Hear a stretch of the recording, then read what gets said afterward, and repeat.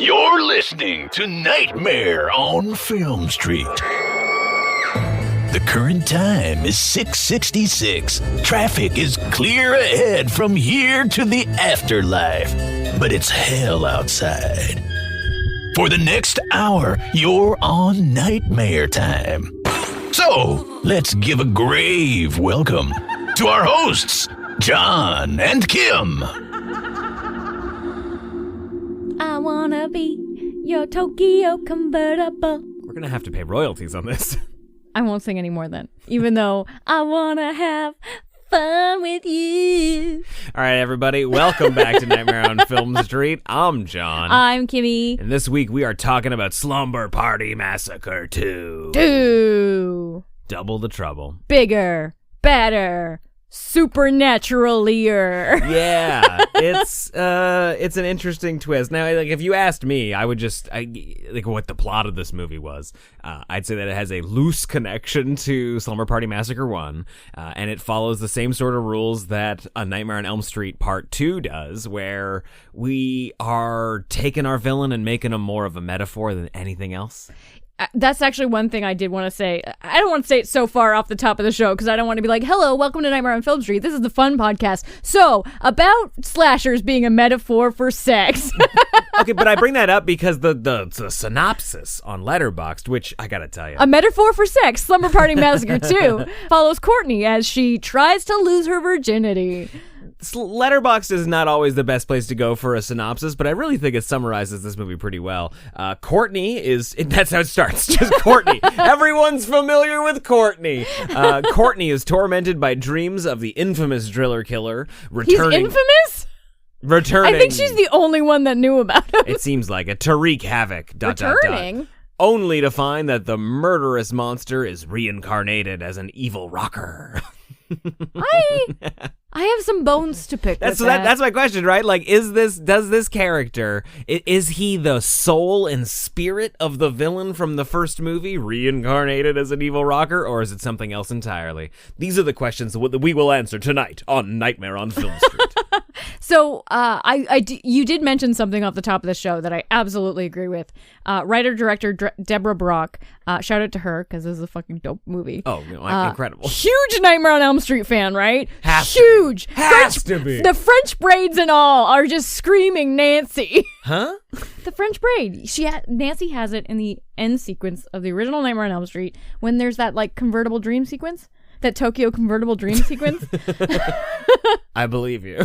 All right, whatever. Sorry. But also, there are so many moments in this movie that just scream Nightmare on Elm Street. Like, there's a bathtub scene, and we literally have our heroine, like, in the bubbles. Mm-hmm. This one's got blood, which is dope. Super cool. Love it. And then there's also, this is maybe the first time I picked it up on this watch, but the scene when they are down at the pool, and she's trying to explain to one of the girlfriends about her dream. It feels so much like the scene when Nancy is trying to tell Tina on the couch at the very beginning of the movie. Like, it's almost like verbatim. Yeah. And there is a character named Kruger in this. There is a character named Kruger. If I remember correctly. And there's also a character named Craven. Well, but that's from the first film. Exactly. Okay, yeah. So in the first film... The first Slumber Party Massacre follows a group of girls who are being terrorized. Who are being Slumber Party massacred. By a driller killer, like a slasher who is using a big spiral drill. But in the first one, the killer is like a weird repressed pervert. Aren't they all? Not this one. This one's fun.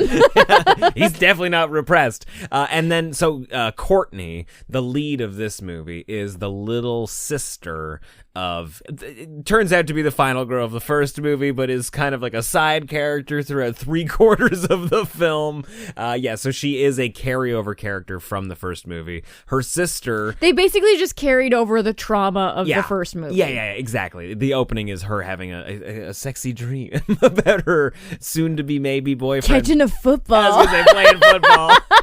There's not really a whole lot sexy about it, but then it becomes a living nightmare as we see a bunch of blood and images and visions of her sister in a mental institution. Who's like, don't have sex! Don't go all the way!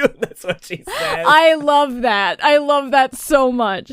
But in that dream, she's also having flashes of the first movie. I get it. Awesome. We're a sequel. Why not do it? And also flashes of, like, visions of what's going to happen in this movie, which is crazy. Yeah, which we learned pretty early on, because when she goes to get in her friend's car, there's like this dead pigeon that was definitely in her dream the night before. A bad so omen. Shit's coming true. Mm-hmm.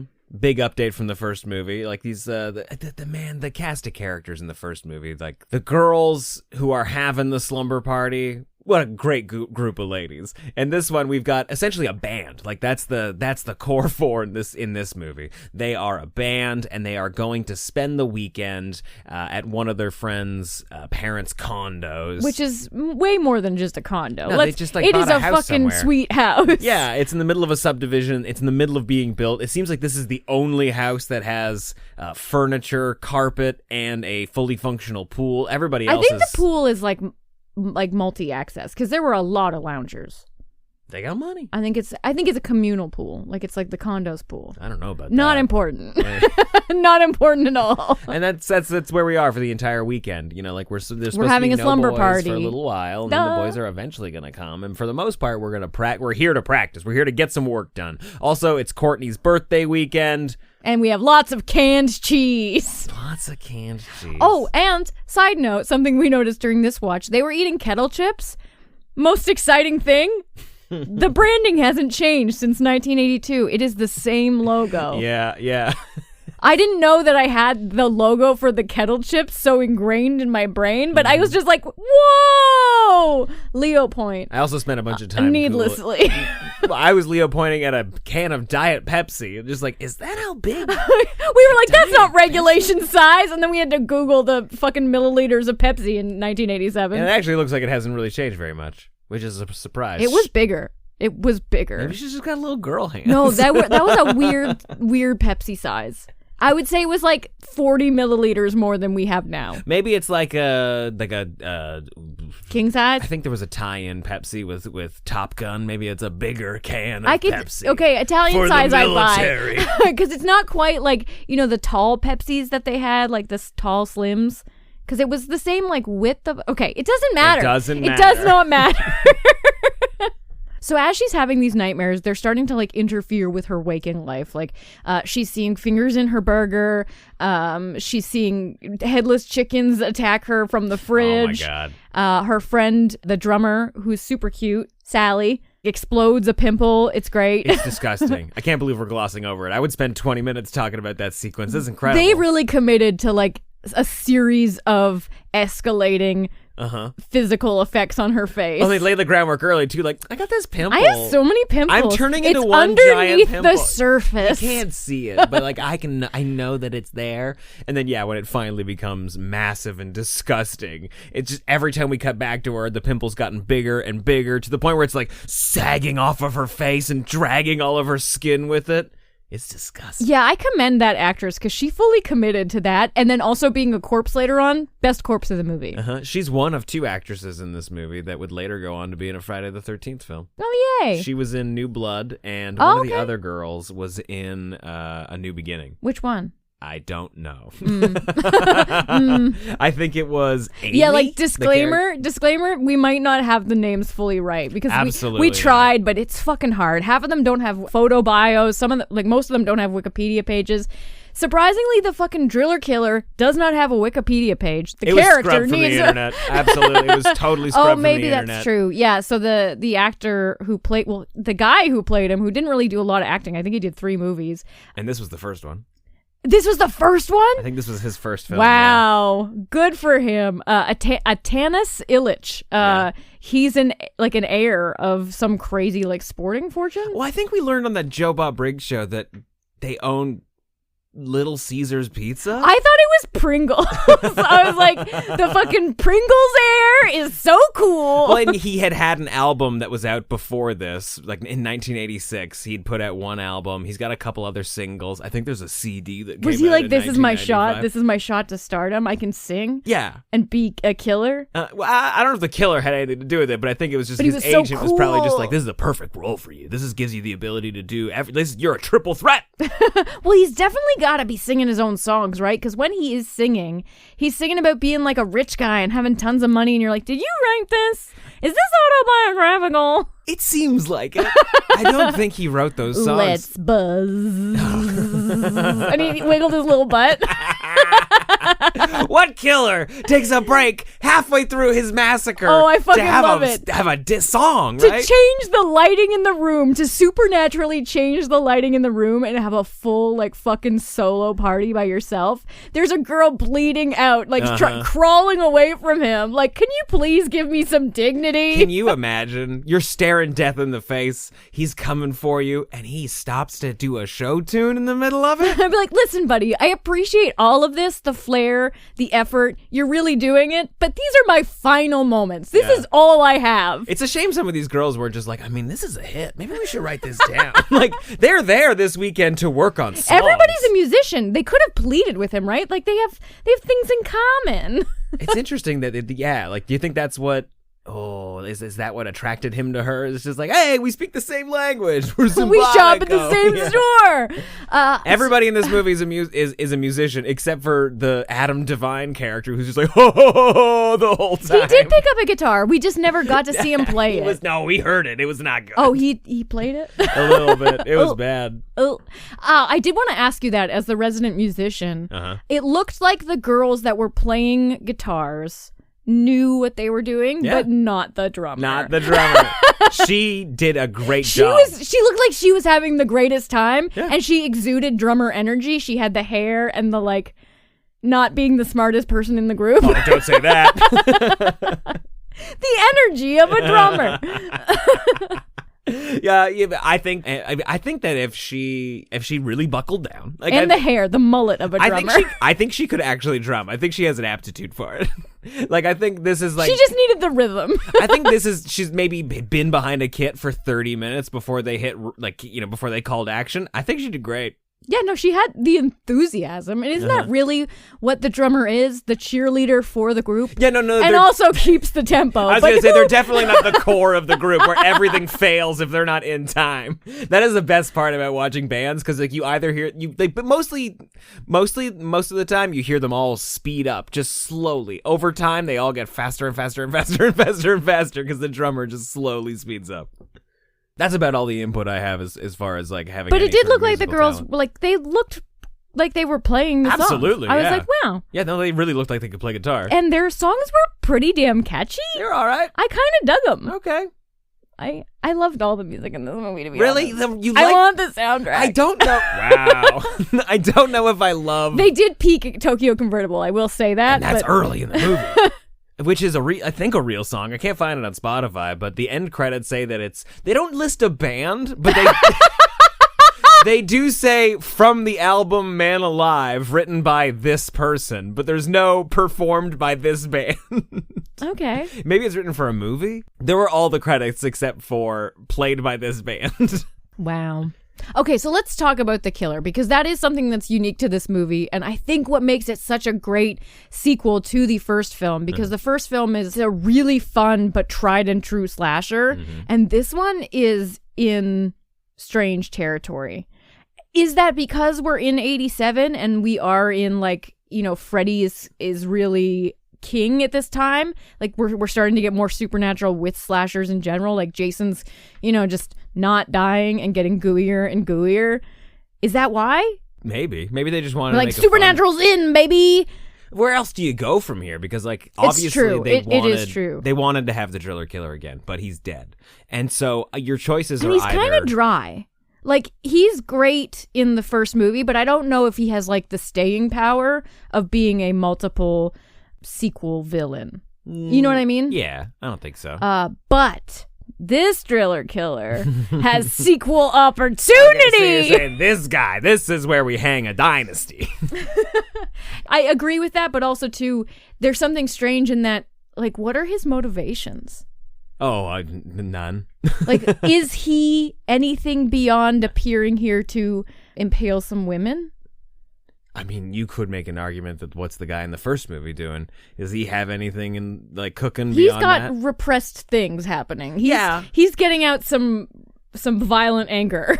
I don't No, I think they were put in a really tough position because they, like I said, they want to have the driller killer again, and your choices are either have a copycat killer show up, that's a little boring, or do this weird route where you have some sort of supernatural element that brings him back. It's strange that he's a completely different guy, and now he's got little little dancing feet, He does boogie.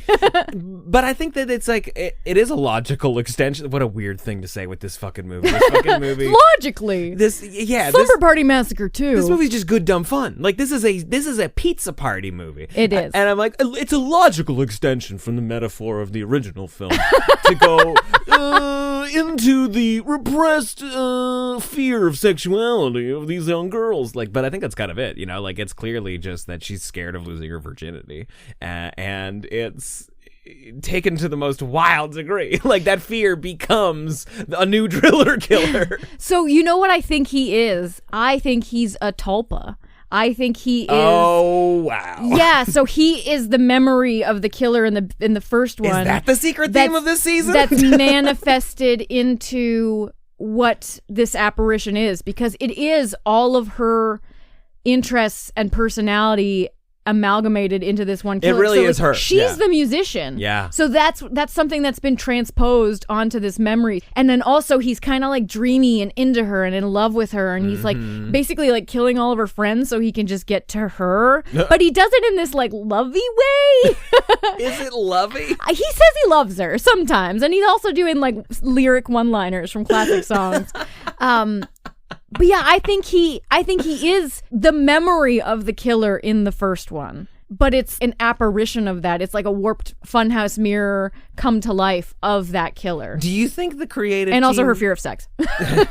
That it's 50-50. It's 50% her fear of sex, 50% driller killer from the first film, and then we're going to be 110%, 10% musical ability. Okay. Do you think any of the creative team had these conversations when they made the movie? Or were they just like, ooh, that's a great idea. I think I love that look of that guy. How does he get there? Ooh, hard to figure out. They were just researching like the history of the tulpa and the ancient rites. Oh, God.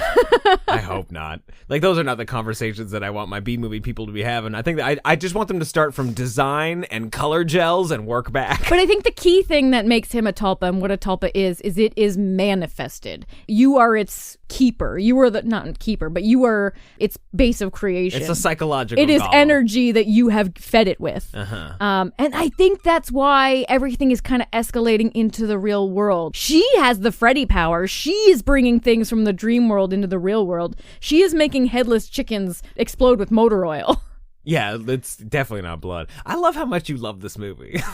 Like, you are loving talking about this. I really like this movie. So do I. It's simple, stupid fun, but it's also just like, on its surface, so just enjoyable. Mm-hmm. And I love that they justify it as a sequel in this universe without necessarily taking away from the first film or doing anything about the first film, but being its own thing. Yes. Like, you can just watch this movie and be like, haha, they're having a pillow fight and somebody's boobs are out. And then, like, we're eating string cheese and, we're doing band practice. And, oh, no, somebody's murdering us now. And you're like, yay, that was so much fun. And then, also, bing, bam, boom, out in 75 minutes. Holy shit. It was so fast. But then also you have moments like poor Sally getting impaled into the wall, and then the drill going through the phone as they're calling 911. Like, that is fucking cinema. I know, the way the phone falls apart looks incredible. So good. So like a genuinely scary thing. Like something that you putting your perspective into the victims in that moment. You're just like, fuck, everything's over. Also, Sally's dead. And they cannot get any help. Like, we do find out that there are people living in this subdivision. No one will help them. People are driving by and just leaving them in do their think dust. this is a lot about class structure, to be honest. They're of that class. Yeah. Like, this is what, Amy's dad's place? Like some people have a wine cellar. My dad has a booze closet, and they're just drinking champagne all weekend. It's a vibe. It's a vibe. And eating corn dogs. Like, aren't you jealous? I mean, yeah, absolutely. I'd be doing it right now if I didn't have to record this podcast. That would be my diet if I wasn't in my 30s. Champagne and corn dogs? We used to do that all the time on our anniversary. Champagne and pizza. That was the thing. It's still a thing. We still do it. At first, it was an accident, but it was just like, this is kind of funny. Let's just keep this going. Yeah, it's a great tradition. Mm-hmm. I still think I like the first Slumber Party Massacre more. I feel like me with this franchise, and I say that having not seen the third one. Yeah, haven't seen the third one. Did see the remake.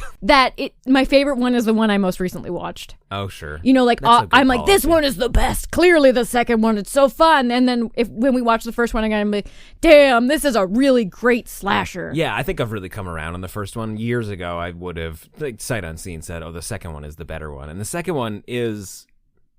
I don't know if it's more fun because I think the first one is so goddamn funny. It has such a great personality. But yeah, there is an outlandish streak in Slumber Party Massacre 2 that Slumber Party Massacre 1 does not have. Yeah. It is very willing to be bubblegum fun. Yes, and I think it really fulfills the promise of being a Slumber Party worthy slasher movie to watch. Like, absolutely. This you could watch with your fans that don't really like horror just because it's so bright and fun. You get to that giant silly. zit popping though, and they're out. Yeah, but that's what's so fun about it is there's like this brief moment of just like ew, It's and then disgusting. and then we're back to singing pop songs. Like there's a whole bucket of gross And thick. the killer's jiggling his butt. I don't know if I love the rockabilly stuff. I love it. It's just, it's not. It's like PG rated Cramps, you know, especially with the buzz. But okay, Kim loves it. Yeah, yeah. There was a time in the '80s where they were bringing back rockabilly, like the Stray Cats. Rockabilly's still in, John. Yes, but it's gotten more of an edge. Rockabilly is eternal. But rockabilly to me is a switchblade knife. And this rockabilly is the switchblade comb. Rockabilly to me is tiki drinks. Okay, well, yeah, it's not so bad either. And the eyeliner I refuse to give up. This guy's got a lot of eyeliner. I love his guitar. Like, I'll say that. Like, I love the look. Like, leather from. Oh, you love the rockabilly look? Shut up. I don't think that these are very good rockabilly songs. And like, we keep cutting to silence where the characters are like. We're hiding for our lives, and then a buzz. Like we cut back and forth from song to no song in a very weird way. Yeah, so there is some like audio moments where she's having dreams and they're strangely silent. Yeah, and we're watching like a silent clip show where I would have loved more. Mm-hmm. But I think that might have just been like a budgetary thing where they were like, oh yeah, we don't need much score because we're gonna have tons of songs in this movie, and then they were cutting it together and they're like. Oh fuck, we didn't. Oh shit! Call Derek on the phone. See if we can borrow a Tokyo convertible. Because there are moments where, like, when they're driving up to the condo, there's this like country twang kind of song playing. Oh yeah. And then when they get to the house, they're playing that song it's still again. On the radio. Yeah, it's like Hell's Gate or something. Tokyo convertible. But I think the thing that drove you most nuts while we were watching this was that cake that he got for her birthday. That was a fire hazard. Because he just put a cake down on the bed and then they forgot about it. Yeah, so then they're like making out and maybe we're gonna like, get past second base. And then the killer comes and kills the love interest, and this is when he's Man, what a great fucking kill. He first is revealed to be ta-da in the real world. And then we cut away and the cake is still lit and the killer throws like Matt's arm in it or whatever. Oh, it's so great. But it has been lit for some time. Just like a severed arm smash into the happy birthday. There is not enough wax on those candles for them to be like lit for that period of time. No, they're all gonna die. This is what it is. It's a Jacob's ladder scenario. They all burnt down. They all burnt to death, and in their dying moments, what they hallucinated was this rockabilly driller killer who came to I think it was those undercooked chicken sandwiches at the beginning of the You think movie. that's what it is? They all got lunch. botulism? Yeah. Because she keeps getting haunted by chickens. And there's feathers everywhere when they're That's from the pillow fight. But it's a chicken-coated movie, John. I gotta tell you, I really fell for the slumber party pillow fight thing growing up. I really thought... You guys really believed in it. Yeah, we did. Because of movies like this. Honestly, you guys would have been terrified actually doing that, like peeking in windows of teenage girls, even tweenage girls, having their slumber party, because it was all the craft. We were all doing fucking magic. That's great. We were calling the fucking corners. How do we kill the boys? You guys would have just like backed away and been like, this is not what we prepared for. And that and reading Cosmo Girl. That like those are the two things you did. It's a much quieter affair than anybody ever Nails, expected. tarot, raising the dead. This sounds rad. Light as a I feather, really stiff as should a have been board. looking. And it's so funny. Anytime you see it in a slasher, you could look at every girl watching and they're all rolling their eyes like, Yeah. oh, I got champagne. I got to take off my top. And then my bra. And then like after we do it all, I'm going to put the same wet bra back on. It's crazy. Why did you take it off? And do you think that it's contractually obligated, though? Like, if you're going to say it's a slumber party massacre? Oh, you have absolutely. to have- There has to at least be a pillow fight. Yeah. They went extra here with the feathers. I love the feathers. I might take my top off if somebody starts shaking feathers around. I know, and it was Courtney who was doing it. Like, she just ripped open a pillow, not her pillow, and just started throwing them in the air for, like, ambiance. She's like, this is what the scene needs right now. It did. It was great. This is what happens when you drink champagne, guys. And you eat Cheese Whiz from a can. I was about to be like, it's a Gatsby party, but not with the cheese whiz. So this is definitely your favorite slumber party movie then. As of right now, yeah. As of right now. But So I'll watch the other one, and that one will be the favorite. Like they Okay. are both like tied at first. it's such a good time. Like as much as I'm like, it's not a Yeah, perfect why you movie. gotta shit on Rockabilly for? I don't know. There's just something about it in the middle where I'm Are like, you hangry? but it is a lot of good fun. Like So I'll do you say. like the first one more? Absolutely. Mm. And the problem might be, I didn't have a beer while we were watching it. I think that's the problem. I did not get in the right mindset. Is that the right way to watch this movie? How do you recommend people check this one out? Do they have to watch the first one? Honestly, I would say a huge scoop of like Breyer's ice cream. Oh, that's a great in idea. a plastic bowl, like the bowl from like the back of your Tupperware cupboard that you got at like a baseball game when you were 12. What? And it's like melting a little bit, and you got sprinkles on it. You got a bowl at a baseball game? Yeah, I got a Sunday there once, and I came in And like you a plastic kept the hat. bowl? Yeah, it was a cool hat. Oh, it was a hat bowl. But like you got a promotional bowl somewhere when you were like 12, and it's got like Grimace on it or some shit. Okay. That's the bowl you use Got with it. the melty ice cream. Okay. And it's got to be vanilla with sprinkles. Sprinkles, okay. Yeah. Any other toppings? You just a sprinkles girl? Just sprinkles. Yeah, okay. Yeah, people go crazy with ice You could do cream. chocolate, but then it might get gross when you're in the pimple scene. If it takes you 90 minutes to eat a bowl of ice cream, Oh, you don't man. want to add any syrups for the pimple scene alone. I think that's a great recommendation. I think that's how you get in the vibe for this. I think you're right. Yeah. or a beer. I guess that's easier. Yeah, or a beer. Those could not be further from each other. Not but together. You have to pick one lane and stick to it. You cannot cross the streams on this one. How would you watch the movie then? Nachos. Nachos. And beer. Is that going to be your answer for every movie? Yes. Yeah. Slumber Party Massacre, Day Shift, Videodrome, nachos and beer. I mean, the guys. first Slumber Party Massacre is definitely pizza and weed, right? Because that's what Oh, the God, girls yeah. are doing. Yep. And you have to, chase those vibes. Ooh, champagne and ice cream might be nice, even though those definitely shouldn't go together. Oh, corn dogs, I guess. Corn dogs would be fun. Yeah. But that's just us, guys. How do you watch Slumber Party Massacre 2? How are you going to themify this movie night? Let us know in the Nightmare on Film Street Discord at nofspodcast.com/Discord. If you're a fan of Nightmare on Film Street, get extra content by joining us in our Fiend Club over on Patreon. There's tons of bonus episodes there, exclusive merch, and tons of perks. Check it out at nofspodcast.com/Fiend Club. We'll be back again soon with another episode and another clue to what this season's secret theme is. But until then, I'm John. I'm Kimmi. Stay creepy. Buzz, buzz. It appears you made it out alive, but we'll get you next time. Help us to grow the horde. Leave a 5-star review on Apple Podcasts or wherever you subscribe. More terror can be found lurking on our website, nofspodcast.com. Until next time, stay creepy, fiends.